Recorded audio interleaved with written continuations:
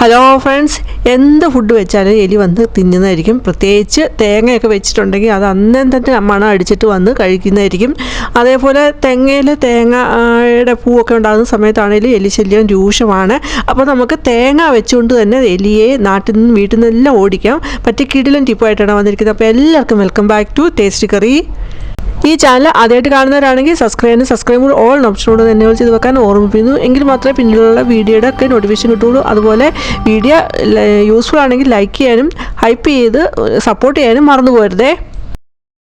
ആദ്യത്തേത് അതിന് വേണ്ടിയിട്ട് ഇവിടെ എടുത്തിരിക്കുന്ന ഒരു 5 മഷ്റൂമാണ്. അത് നന്നായിട്ടൊന്ന് കഴുകിയെടുക്കുന്നുണ്ട്. അത് കഴുകിയെടുത്ത് കഴിഞ്ഞിട്ട് ഇത് രണ്ടായിട്ടൊന്ന് മുറിച്ചിട്ട് അതിൻ്റെ ആ പുറത്തെ ആ തൊലി ഒന്ന് ഇളക്കി കളയുന്നുണ്ട്. അങ്ങനെ അത് ക്ലീനാക്കി എടുക്കുകയാണ് ചെയ്യുന്നത്. അപ്പോൾ അതിൻ്റെ ഉള്ളിലെ ആ കറുത്ത പാട്ടും ഒരു സ്പൂൺ ഉപയോഗിച്ച് അന്ന് ചുരണ്ടിയാൽ മതി. അതും ഈസി ആയിട്ട് പോകുന്നതാണ്. അത് കളയണമെന്നില്ല. അത് കളഞ്ഞില്ലെങ്കിൽ നമ്മളുണ്ടാക്കുന്ന റെസിപ്പിക്ക് കുറച്ചുകൂടെ ഡാർക്ക് കളറായിരിക്കും. അപ്പോൾ അത് അങ്ങനെ വരാതിരിക്കാൻ വേണ്ടിയിട്ടാണ് അത് കളയുന്നത്. നിങ്ങളിങ്ങനെയാണോ മഷ്റൂം ക്ലീനാക്കി എടുക്കുന്നതെന്നൊന്ന് പറയണേ. അപ്പോൾ ഞാൻ ഈ രീതിയിൽ എടുത്തിരിക്കുന്ന മഷ്റൂം എല്ലാം കട്ട് ചെയ്തെടുക്കുന്നുണ്ട്. അപ്പോൾ എടുത്തിരുന്ന മഷ്റൂം എല്ലാം നന്നായിട്ട് ഇതുപോലെ കട്ട് ചെയ്തെടുത്തിട്ടുണ്ട്. നമ്മുടെ ആവശ്യത്തിനനുസരിച്ച് മഷ്റൂമിൻ്റെ എണ്ണം കൂട്ടുകയൊക്കെ ചെയ്യാവുന്നതാണ്. ഇപ്പം ഞാൻ ഇത്രയും എടുത്തിട്ടുള്ളൂ. ഇനി വേണ്ടിയത് ഒരു തക്കാളി, പിന്നെ എടുത്തിരിക്കുന്നത് ഇഞ്ചി, സവാള, അതുപോലെ പച്ചമുളക്, പിന്നെ കുറച്ച് കറിവേപ്പിലയും എടുത്തിട്ടുണ്ട്. അപ്പോൾ എടുത്തിരിക്കുന്ന തക്കാളി കുറച്ച് വലുതാണ്. അപ്പോൾ അത് മൊത്തം എടുക്കുന്നില്ല, അതിൻ്റെ ഒരു പകുതി പോർഷൻ മാത്രമേ എടുക്കുന്നുള്ളൂ.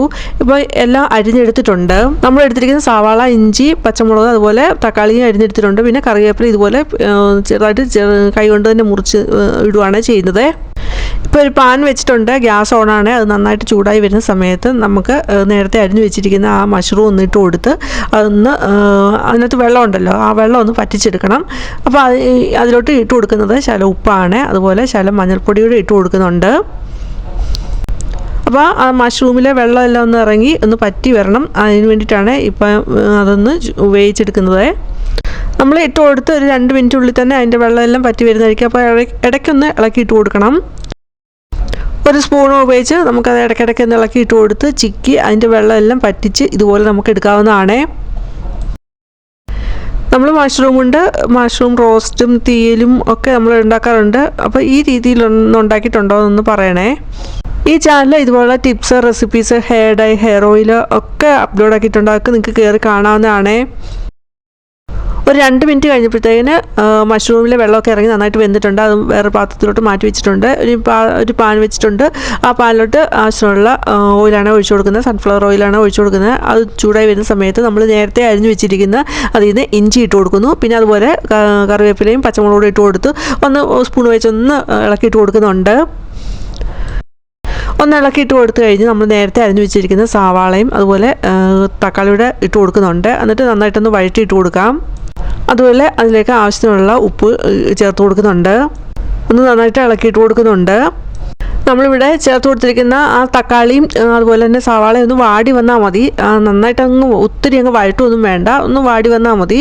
അത് നമ്മൾ 2 മിനിറ്റുള്ളിൽ തന്നെ ആവും. അപ്പോൾ ആ സമയത്ത് ഒന്ന് ഇളക്കിയിട്ട് കൊടുത്തുകൊണ്ടിരിക്കണം. അപ്പോൾ ഇത് കറക്റ്റ് പരുവത്തിനായിട്ടുണ്ട്. ഇനി ഇത് ഗ്യാസ് ഓഫ് ആക്കിയിട്ടൊന്ന് മാറ്റി വെക്കുന്നുണ്ട്. പിന്നീട് ഒരു ബൗൾ എടുത്തിട്ടുണ്ട്. ആ ബൗളിലോട്ട് 2 മുട്ടയാണ് പൊട്ടിച്ചൊഴിച്ച് കൊടുക്കുന്നത്. പിന്നീട് അതിലേക്ക് ആവശ്യമുള്ള ശകലം ഉപ്പൂടെ ചേർത്ത് കൊടുക്കുന്നുണ്ട്. എന്നിട്ട് ഒരു ഫോർക്ക് ഉപയോഗിച്ച് നന്നായിട്ടൊന്ന് ബീറ്റ് ചെയ്യുന്നുണ്ട്.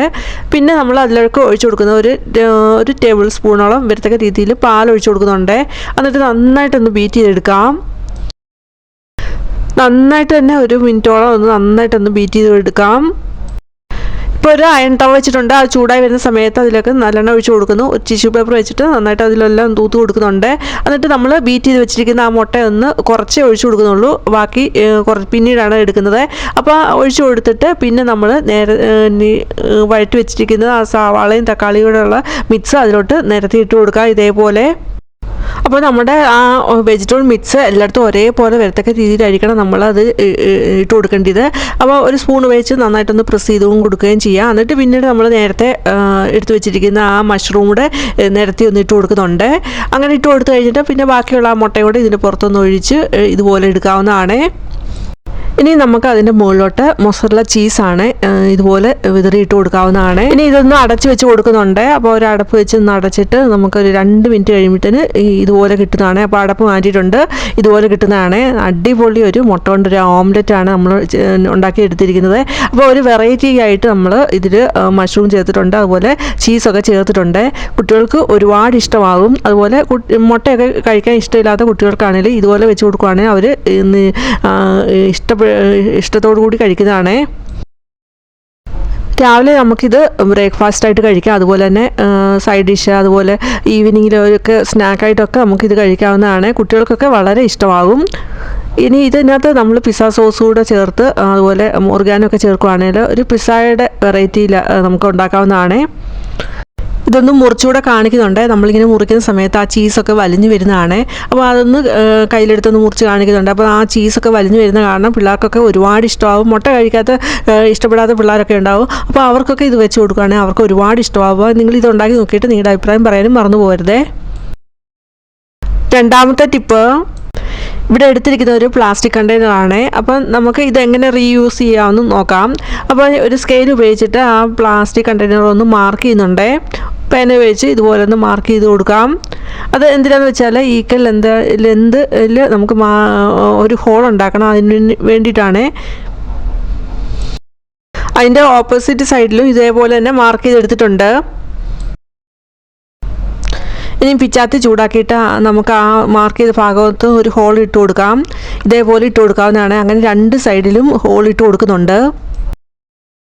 ഹോളിട്ട് കൊടുക്കുമ്പോൾ നമുക്ക് എന്തുമാത്രം വലുപ്പത്തിലുള്ള ഹോൾ വേണം അതനുസരിച്ച് നമുക്ക് ഹോളിൻ്റെ വലുപ്പം കൂട്ടുകയും കുറയ്ക്കുകയൊക്കെ ചെയ്യാവുന്നതാണ്. ഇപ്പം ഞാനിവിടെ ഇതിനകത്ത് കൂടെ ടൂത്ത് പിക്കാണ് കയറ്റി വിടുന്നത്. അപ്പോൾ അങ്ങനെ വരുന്നതുകൊണ്ട് അതനുസരിച്ചുള്ള ഹോളെ മാത്രമേ എടുക്കുന്നുള്ളൂ. ഇപ്പം കുറച്ച് വലിയ ആയിട്ടുള്ളതാണെങ്കിൽ നമുക്ക് അതനുസരിച്ച് ഹോളിൻ്റെ വലുപ്പം കൂട്ടിയെടുക്കാവുന്നതാണ്.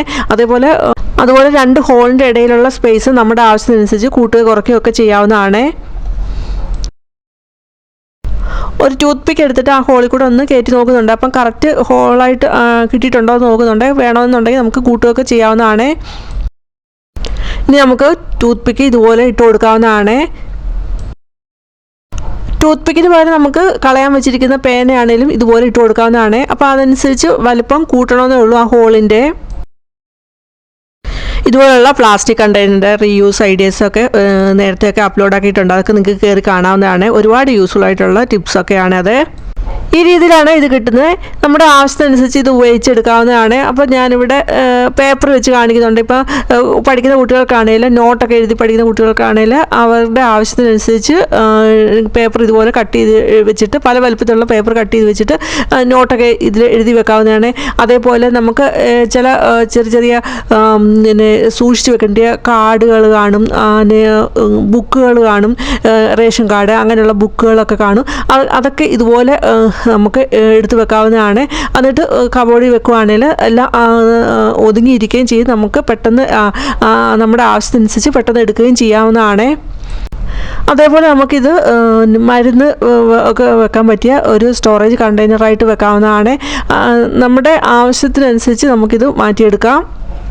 ഇപ്പോൾ ഇവിടെ ഓയിൽമെൻ്റൊക്കെ എടുത്ത് വെക്കുന്നതാണ് കാണിക്കുന്നത്. ഇങ്ങനെ എടുത്ത് വെച്ചിട്ട് നമുക്ക് അതിൻ്റെ സൈഡിൽ നമുക്ക് അതിൻ്റെ പേരും ഒക്കെ എഴുതി ഒട്ടിക്കാവുന്നതാണ്. ഇങ്ങനെ എഴുതി അറേഞ്ച് ചെയ്ത് വെക്കുകയാണെങ്കിൽ ആർക്ക് വേണമെങ്കിലും ഈസി ആയിട്ട് അത് കണ്ടുപിടിക്കുകയും എടുക്കുകയും ഒക്കെ ചെയ്യാവുന്നതാണ്.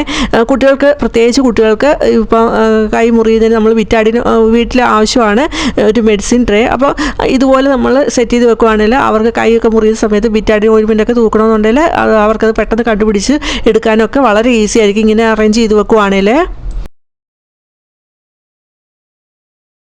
അടുത്ത ടിപ്പ്, ഈ രീതിയിൽ തേങ്ങ വെച്ച് കൊടുക്കുകയാണെങ്കിൽ നമുക്ക് ശല്യക്കാരായ എലികളെ വീട്ടിൽ നിന്ന് മാത്രമല്ല നാട്ടിൽ നിന്നും തുരുത്തി ഓടിക്കാൻ പറ്റും. അപ്പോൾ എങ്ങനെയാണെന്ന് നോക്കാം. അതിന് വേണ്ടിയിട്ട് ഒരു പാത്രം എടുത്തിട്ടുണ്ട്. ആ പാത്രത്തിലോട്ട് 1 ടേബിൾ സ്പൂണ് മൈദയാണ് ഇട്ട് കൊടുക്കുന്നത്. പിന്നീട് അതിലേക്ക് 1 ടീസ്പൂണ് ബേക്കിംഗ് സോഡ, അതേപോലെ 1 ടീസ്പൂണ് ഉപ്പ്, അതുപോലെ 1 ടേബിൾ സ്പൂണ് തേങ്ങ തിരുമ്മിയത്, പിന്നെ 1 ടീസ്പൂണ് കോക്കനട്ട് ഓയിലാണ് ഒഴിച്ചു കൊടുക്കുന്നത്. എന്നിട്ട് ശകലം നാരങ്ങാനീരൂടെ പിഴിഞ്ഞൊഴിച്ചു കൊടുക്കുന്നുണ്ട്. ഇനി നമുക്ക് ഒരു സ്പൂൺ വെച്ച് നന്നായിട്ട് ഇതെല്ലാം ഒന്ന് മിക്സാക്കി കൊടുക്കാം. അങ്ങനെ മിക്സാക്കി എടുത്തിട്ട് നമുക്ക് ഇനി ഇതിലോട്ട് ശകലം 1 ടേബിൾ സ്പൂൺ വരത്തക്ക രീതിയിൽ വിനീഗറാണ് ഒഴിച്ചു കൊടുക്കുന്നത്. എന്നിട്ട് ഒന്നുകൂടെ നന്നായിട്ടൊന്ന് മിക്സ് ചെയ്തെടുക്കുന്നുണ്ട്. വെള്ളമൊന്നും ചേർക്കരുത്. വെള്ളമൊക്കെ ചേർത്താൽ നമ്മൾ ഉദ്ദേശിക്കുന്ന റിസൾട്ട് കിട്ടത്തില്ല. അപ്പോൾ അതിനനുസരിച്ച് നമുക്ക് വിനീഗറോ അല്ലെങ്കിൽ നാരങ്ങ നീരോ അല്ലെങ്കിൽ ഓയിലോ വേണേൽ ചേർത്ത് കൊടുത്താൽ മതി വേണമെന്നുണ്ടെങ്കിൽ. അപ്പോൾ നന്നായിട്ട് എല്ലാം ഒന്ന് മിക്സ് ചെയ്തെടുക്കാം. ബേക്കിംഗ് സോഡ ചേർത്തുകൊണ്ട് കൈയിട്ട് ഇളക്കുന്നതിനെക്കാട്ടി നല്ല സ്പൂണിട്ട് നന്നായിട്ടൊന്ന് മിക്സ് ചെയ്തെടുത്തിട്ട് ലാസ്റ്റ് ഒന്ന് ഇതുപോലെ ചെയ്താൽ മതിയാവും. അല്ലെങ്കിൽ ഗ്ലൗ ഉപയോഗിക്കുന്നതായിരിക്കും ഏറ്റവും നല്ലത്. ബേക്കിംഗ് സോഡ കൈ ഡ്രൈ ആക്കുന്നതിന് കാരണമാകും. അതുപോലെ സെൻസിറ്റീവ് ആയിട്ടുള്ളവർക്കൊക്കെ പെട്ടെന്ന് കൈ ഡ്രൈ ആയി മാറുന്നതിന് കാരണമാകും. ഇപ്പം മൈദ കുഴച്ച് നല്ലതായിട്ട് കുഴച്ചെടുത്തിട്ടുണ്ട്. ഇപ്പം മൈദയുടെ മിക്സ് വളരെ നന്നായിട്ട് നമ്മളിത് കുഴച്ചെടുത്തിട്ടുണ്ട്. ഇനി നമുക്ക് ഇതിലേക്ക് വേണ്ടിയത് തേങ്ങയാണ്. അപ്പോൾ തേങ്ങ പൂളിയത് എടുത്തിട്ടുണ്ട്. അത് ഒരു 4 പീസ് എടുത്തിട്ടുണ്ട്. പിന്നെ ഒരു പാത്രത്തിലോട്ട് ശകലം ബേക്കിംഗ് സോഡയാണ് ഇട്ട് കൊടുക്കുന്നത്. എന്നിട്ട് നമ്മൾ എടുത്ത് വെച്ചിരിക്കുന്ന ആ തേങ്ങ കഷ്ണമാണെങ്കിൽ ആ ബേക്കിംഗ് സോഡയിലൊന്ന് കോട്ട് ചെയ്തെടുക്കുന്നുണ്ട്. എന്നിട്ട് നേരത്തെ ഉരുട്ടി വെച്ചിരിക്കുന്ന ആ മൈദ 4 പാട്ടാക്കി വെച്ചിട്ട് അതിൽ നിന്ന് ഓരോ പാട്ടും എടുത്തിട്ട് നമ്മുടെ ആ തേങ്ങ ആ ഓരോ ഉരുള ആക്കി വെച്ചിരിക്കുന്ന ആ മൈദയിലോട്ട് വെച്ച് കൊടുത്ത് ഇതുപോലെ എടുക്കാവുന്നതാണ്. അപ്പോൾ നമ്മളിങ്ങനെ ഉരുട്ടിയെടുക്കുന്ന സമയത്ത് ആ തേങ്ങ പൂളി ശകലം ഒന്ന് വെളിയിലോട്ട് കാണുന്ന രീതിയിലായിരിക്കണം വെക്കേണ്ടത്. അപ്പോൾ ഈ രീതിയിൽ നമ്മൾ വെച്ചെടുക്കാവുന്നതാണ്. അങ്ങനെ വെക്കുന്നതിന് കാരണം ആ തേങ്ങയുടെ സ്മെല്ലടിച്ചിട്ട് എലികൾ വന്ന് കഴിക്കുന്നതിന് വേണ്ടിയിട്ടാണ്.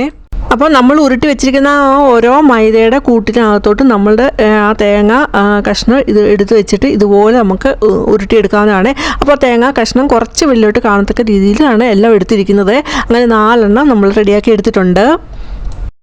തേങ്ങ എലികൾക്ക് വളരെ ഇഷ്ടമുള്ള ഒന്നാണ്. അത് എവിടെ കണ്ടാലും അത് വന്ന് കണ്ട് തിന്നാതിരിക്കത്തില്ല. അപ്പോൾ ഈ രീതിയിൽ നമ്മൾ വെച്ച് കൊടുക്കുകയാണെങ്കിൽ എലികൾ വന്ന് ഇത് കഴിക്കുകയും അങ്ങനെ എലികൾക്ക് പെട്ടെന്ന് ഡീഹൈഡ്രേഷനായിട്ട് വന്നിട്ട് ഡൈജസ്റ്റീവ് പ്രോബ്ലമാണ് ഉണ്ടാകുന്നത്. അങ്ങനെ പരവേശം എടുത്ത് അങ്ങനെ ആ സ്ഥലത്ത് തന്നെ ഓടിപ്പോവും.